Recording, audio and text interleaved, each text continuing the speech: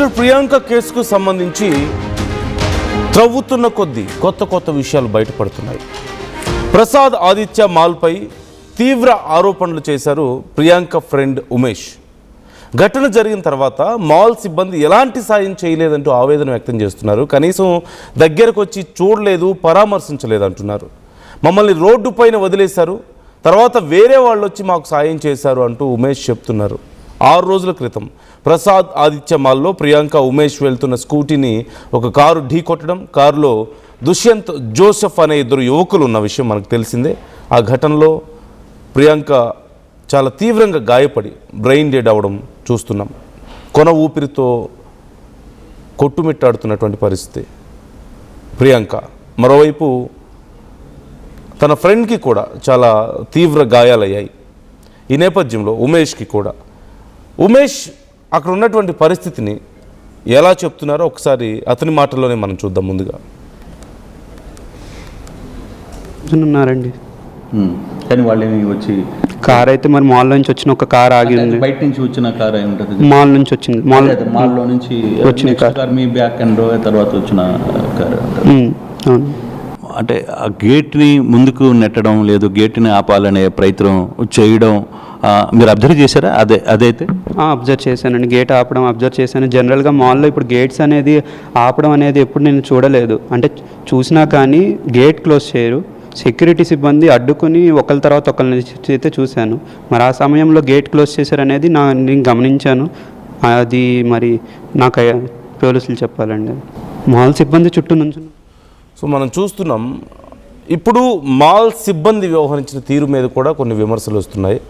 ఆ ఇన్సిడెంట్ జరిగిన తర్వాత వెంటనే తమని కనీసం పైకి లేపడం కానీ, వాళ్ళ కండిషన్ ఏంటో చెక్ చేయడం కానీ ఇలాంటిది ఏది లేదు అంటూ ఉమేష్ చెప్పడం ఇక్కడ మనకు కనిపిస్తుంది. ఒక్కసారి మాల్ సిబ్బంది ఏమంటున్నారు అసలు ఆ రోజు జరిగిన ఇన్సిడెంట్కి సంబంధించి? ఆ కార్ డ్రైవ్ చేసిన 2 ఏం చేశారు లోపల, అండ్ ఆ గేట్ దగ్గర ఏం జరిగింది, ఇలాంటి అన్ని అంశాలకు సంబంధించి క్లియర్గా మా AP input editor Krishnamohan mall సిబ్బందితో మాట్లాడే ప్రయత్నం చేశారు. అక్కడ ఏమంటున్నారు మీరే చూడండి. 3వ తారీఖు రాత్రి కరెక్ట్గా 9:30 ఇదే స్థలంలో డాక్టర్ ప్రియాంక బైక్ మీద వస్తున్న నేపథ్యం కరెక్ట్గా ఈ ప్రాంతంలోనే బైక్లో ఉంది. ఈ వెనకాల నుంచి వచ్చిన ఎవరైతే దుష్వంత్ కారు ఒకసారి ఇక్కడ ఢీ కొట్టే ప్రయత్నం చేశారు. మరోవైపు ఈ ప్రాంతంలో సెక్యూరిటీ ఉంది. ఇక్కడ ఈ దుష్వంత్ కారుని ఆపాలని ఒక ప్రయత్నం సెక్యూరిటీ అయితే చేసింది. ఈ గేట్లని మూసివేసే ప్రయత్నం చేసింది. ఈ గేట్లు ఎప్పుడు ఇట్లాగే ఉండేటట్టుంది పర్మనెంట్గా. కారణం ఏంటంటే వీళ్ళు ఈరోజు కూడా, అంటే ఆ రోజు కేవలం దుష్వంత్ని ఒక్కడనే ఆపాలని ఒక ప్రయత్నం చేయడం కాదు, ఇక్కడ పూర్తిగా కూడా ఈ గేట్లు పర్మనెంట్గా ఇలాగే కనపడుతున్నాయి. అంటే ఎగ్జిట్కి చాలా తక్కువ ఎగ్జిట్ కనపడుతుంది. మామూలుగా ఈ ఎగ్జిట్ ఈ గేట్లు మూయడం వల్లనే సాధారణంగా వెనకాల వచ్చే ఎవరైతే కారు వేగంగా మద్యం మత్తులో నడుపుతున్న దుష్వంత్ వేగంగా ప్రియాంక కారుని ఢీ కొట్టుకొని ఇక్కడికి వచ్చారు. అయితే ప్రసాద్ ఆదిత్య మాల్ రాత్రి 6 గంటలకు వాళ్ళకి వచ్చారు సినిమాకి వచ్చిన తర్వాత యాక్చువల్గా 3 రావాలి, 2 వచ్చారు.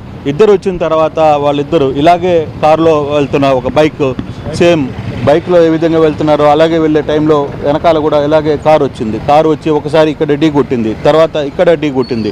3వసారి నేరుగా ఈ కారు ఏ విధంగా అయితే పోతుందో దాని ఎదురుగా బైక్లో ఉన్న ప్రియాంక అండ్ ఉమేష్ని ఇద్దరిని కూడా ఢీ కొట్టడంతో ఒక్కసారిగా బైకు కింద పడ్డారు. 2 కూడా చూడొచ్చు. ఇక్కడ ఇంకా మరకలు ఇంకా పోలేదు. ఇక్కడ మనం కానీ చూసుకుంటే జరిగిన సంఘటన ఇక్కడ పడింది.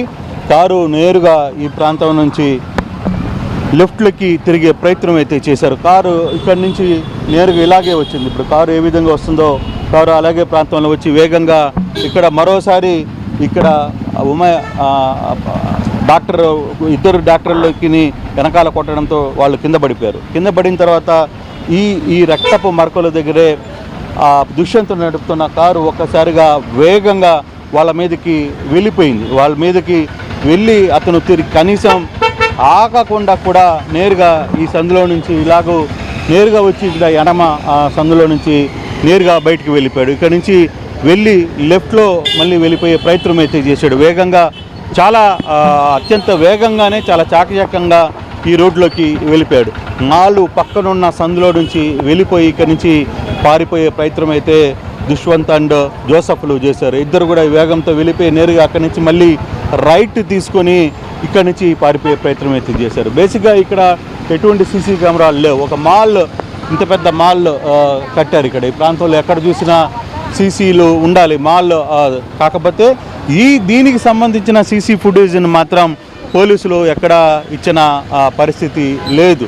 ఇక్కడ కంప్లీట్గా ఇక్కడ దాడి జరిగింది, వాళ్ళు కింద పడ్డారు. కింద పడిన తర్వాత వీళ్ళ మీద నుంచి కారు తొక్కించుకుంటూ వెళ్ళిపోయాడు దుష్వంత్ అండ్ జోసఫ్లు.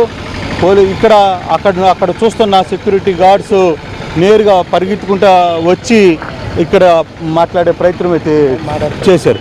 కానీ జరిగిన సంఘటన ఎలా ఉంటుంది, అసలు రాజమండ్రిలో కలవరపాటుకు గురి చేసిన ఎలా చూస్తారు? నిజంగా ఈ మాల్ నిర్లక్ష్యం లేదు, ఇక్కడ మాల్ సెక్యూరిటీ కనీసం చూస్తున్నారు కదండి, ఎదురుగుండా ఆ రాంగ్ రూట్లో ఆటోలు వస్తున్నాయి. మీరే అబ్జర్వ్ చేయండి. ఇంకా సిస్టమేటిక్గా లేకపోతే ఎలా అండి? పద్ధతి ఉండాలి కదా. ఒక నిండు ప్రాణం పోయింది కదండి. ఎవరు బాధ్యులు చెప్పమనండి ఇప్పుడు పోనీ. అసలు సెక్యూరిటీ గార్డులు ఈ తలుపును కూడా ఎందుకు ఇంత నారోగా, ఎందుకు ప్రతిరోజు ఇలాగా ఉంటుందా ప్రతిసారి? లేకపోతే ఎగ్జిట్ కావడానికి కూడా రానియకుండా 2 గేట్లు మూసివేసిన పరిస్థితిని ఎలా చూస్తారు? అంటే అది మరీ టూ మచ్ లేండి. అది ర్యాష్ డ్రైవింగ్ అనుకోవాలా ఇంకేమనుకోవాలో కూడా తెలియదు కదండి. మరీ చూడండి, ఇక్కడ మీరే అబ్జర్వ్ చేయండి ఒకసారి. ఇంకా ఇప్పటికీ కూడా పద్ధతి ఫాలో అవ్వట్లేదు అని అంటే ఏమన్నా చెప్పండి ఒకసారి, మీరే చెప్పండి. అసలు మాల్ వచ్చిన పబ్లిక్ కన్నా సరైన సర్వీస్ ఇచ్చే ప్రయత్నం చేస్తారు. అది బాగానే ఉందిలేండి, ఇప్పుడు అన్నీ బాగానే స్ట్రిక్ట్గానే ఉన్నాయి. మరి లోపల కూడా మాకు క్లియర్గా చెప్పారు ఆల్కహాల్ డ్రింక్ ముందు నుంచి కూడా ఆ సిస్టమ్ ఉందంట. మేనేజ్మెంట్ అంతా బాగానే ఉంది.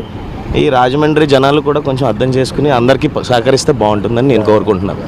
సో ఇది ఆ రోజు జరిగిన సంఘటన మనం క్లియర్గా చూస్తున్నాం. ఆ రోజు జరిగిన సంఘటనలో క్లియర్గా కారు ఇక్కడికి వచ్చిన తర్వాత ఏం జరిగింది అనే అంశాన్ని కూడా మనం చాలా క్లియర్గా. అయితే ప్రసాద్ ఏదైతే ఉమేష్ క్లియర్గా ముందుగా ఉన్న ముందు బైక్లో నడుపుతున్న డాక్టర్ ఉమేష్ క్లియర్గా ఒక అంశాన్ని మనకి చెప్పే ప్రయత్నం అయితే చేస్తున్నాడు. ఆయన ఆర్టీవీతో ఎక్స్క్లూజివ్గా మాట్లాడుతూ ఇక్కడ కూటవేతు దూరంలో ఇక్కడ మాలు ముందు ఇక్కడ కింద పడి దాని మీద కారు ఎక్కి ప్రియాంక మీద కారు వెళ్ళి ఈ పక్క సందులో నుంచి వెళ్ళిపోతుంటే కనీసం సెక్యూరిటీ కనీసం వచ్చి కాపాడలేదు అనేది ఉమేష్ క్లియర్గా చెప్తున్నాడు. ఆయన కూడా నేను హెల్ప్ అని అడుగుతున్నా, ఎవరు వచ్చి సెక్యూరిటీ మమ్మల్ని చుట్టారు చెప్తే ఇక్కడ ఎవరు ఆ అమ్మాయిని హాస్పిటల్కి తరలించడానికి కూడా ముందుకు రాలేదు అనేది. మరోవైపు వాళ్ళు క్లియర్గా చెప్తున్న మరో అంశం ఏంటంటే, ఎవరో ఈ మాల్లో నుంచి వస్తున్న ఒక వ్యక్తి కారు తీసుకుని కారు బయటకు వచ్చి ఆపి అతను మమ్మల్ని హాస్పిటల్కి తరలించాడు తప్పితే ఇక్కడ ఎవ్వరు కూడా ఈ ప్రాంతంలో నుంచి తీసుకుని వచ్చే ప్రయత్నం అయితే చేయలేదు. ఎవరైతే దుష్వంత్ జోసఫ్లు ఇద్దరు కూడా అత్యంత వేగంగా ఇక్కడ కొట్టారు. తర్వాత ఇక్కడ ఈ అమ్మాయి కింద పడిపోయింది, ఆ అమ్మాయి మీద కారు వెళ్ళిపోయింది, పూర్తిగా రక్తపు మరకలు ఇంకా ఆరలేదు. మరోవైపు ఈ సందులో నుంచి బయటికి వెళ్ళిపోయి అక్కడి నుంచి లెఫ్ట్లో మళ్ళీ పారిపోయే ప్రయత్నం అయితే చేశారు. అయితే ఇక్కడ నిర్లక్ష్యం, సెక్యూరిటీకి కనీసం బాధ్యత ఉందా లేదా అనేది కూడా చూడలేదు. అసలుకి బేసిక్గా ఉమేష్ మరో మాట కూడా చెప్తున్న పరిస్థితి అంటే, ఈ 2 గేట్లు మమ్మల్ని అడ్డుకునే ప్రయత్నం చేయకపోయి ఉంటే మేము డెఫినెట్గా బయటపడి ఉండేవాళ్ళం. అక్కడ మద్యం మత్తులో ఉన్న వాళ్ళు ఇక్కడికి వచ్చి కాపాడే ప్రయత్నం, వాళ్ళని రిసీవ్ చేసుకునే ప్రయత్నం చేశారు. వాళ్ళని ఆ మద్యం మత్తులో ఉన్న వాళ్ళని పట్టుకునేందుకు ఈ 2 గేట్లు ఇలా వేశారు. ఇప్పుడు కూడా ఈరోజు కూడా జరిగే సంఘటన 6 నెలలు అయినా కూడా ఎగ్జిట్ 2టిని చాలా పకడ్బందీగా గేట్లు వేసి రెగ్యులర్గా ఇదే ప్రాసెస్లో చేయడం వల్లనే వెనకాల వచ్చిన వేగంగా వచ్చిన కారు ముందు ఉన్న స్కూటర్ని ఢీకొట్టి 1కి 2 సార్లు కాదు 3 సార్లు ఢీకొట్టి తర్వాత వెంటనే వాళ్ళు పడిపోవడం తర్వాత వెంటనే దాని మీద నుంచి బాడీ వెక్కి వెళ్ళిపోయిన పరిస్థితి అయితే కనబడుతుంది. అయితే ఒక వ్యక్తి సినిమా హాల్కి వచ్చి 6 గంటలకు వచ్చి 6 గంటల షో చూసుకుని 9:30కి బయటికి వస్తున్న వాళ్ళిద్దరూ తమ హాలు ముందు అంటే ప్రసాదాదిత్య హాలు ముందు కింద పడిపోయి రక్తపు మడుగుల్లో ఉన్న కనీసం ఇక్కడున్న స్టాఫ్ కావచ్చు, ఇక్కడున్న సెక్యూరిటీ కావచ్చు, ఎవ్వరు కూడా మమ్మల్ని సాయం చేయడానికి ముందుకు రాలేదు. కేవలం ఈ ప్రాంతంలో ఉన్న బయట నుంచి వస్తున్న కొంతమంది వ్యక్తులు కారు వచ్చి ఆపి అతను మాకు సహాయం చేసి ఆసుపత్రికి తరలించారనేది ఆ బండి నడుపుతున్న ఉమేష్ చాలా క్లియర్గా చెప్తున్న నేపథ్యం అయితే మనం చూస్తున్నాం. అంటే ఇటువంటి పరిస్థితి ఇక్కడ కనబడుతుంది. అయితే ఈ పక్కనున్న ఆ సీసీ ఫుటేజ్ కేవలం వాళ్ళకు అనుకూలమైన సీసీ ఫుటేజ్ని మాత్రమే ఇచ్చారు తప్పితే ఈ సైడ్లో నుంచి వెళ్తున్న సీసీ ఫుటేజ్ కావచ్చు, కింద జరిగిన సీసీ ఫుటేజ్ కావచ్చు, అసలు ఘర్షణకు దారితీసిన వాళ్ళిద్దరూ ఘర్షణకు దారిస్తున్న ఇప్పుడు చూడొచ్చు, ఇప్పుడు గేట్లు తీస్తున్న పరిస్థితిని మనం చూస్తున్నాం. మనం మాట్లాడుతున్న తర్వాత మాత్రమే ఆ గేట్ ఎంట్రీని పక్కకు తోస్తున్న నేపథ్యం కూడా మనం చూసిన పరిస్థితి అయితే కనబడుతుంది. కానీ ఏదైనా ఈ సంఘటనలో అసలుకి ఈ ప్రసాదాదిత్య మాల్ చాలాసార్లు దానికి సంబంధించిన సెక్యూరిటీ సీసీ ఫుటేజ్ని చాలా వరకు పూర్తి స్థాయిలో ఉన్న సీసీ ఫుటేజ్ని బయట పెట్టడం లేదు. వాళ్ళకి ఏదైతే అవసరం ఉందో, ఎక్కడైతే వాళ్ళు సేఫ్గా ఉంటారో అంతవరకే. అసలు కింద ఏం జరిగింది, కింద పార్కింగ్ దగ్గర దుష్వంత్ అండ్ జోసఫ్లు ఎవరితో గొడవ పడడానికి గల కారణాలు ఏంటి, దీనికి సంబంధించిన వ్యవహారాలు ఏమీ కూడా వీళ్ళు చెప్పే ప్రయత్నం అయితే చేయలేదు. దాదాపుగా ఈ మాల్కి సంబంధించిన మేనేజర్ ఎవరైతే ఉన్నారో కిరణ్తో మాట్లాడడానికి దాదాపుగా ఒక 20-30 సార్లు ఇక్కడ ప్రయత్నం జరిగినా కూడా ఆర్టీవీ ప్రయత్నం చేసింది. 1కి 4 ప్లేసులు చెప్పారు, మీరు రండి నేను అన్ని డీటెయిల్గా చెప్తానని.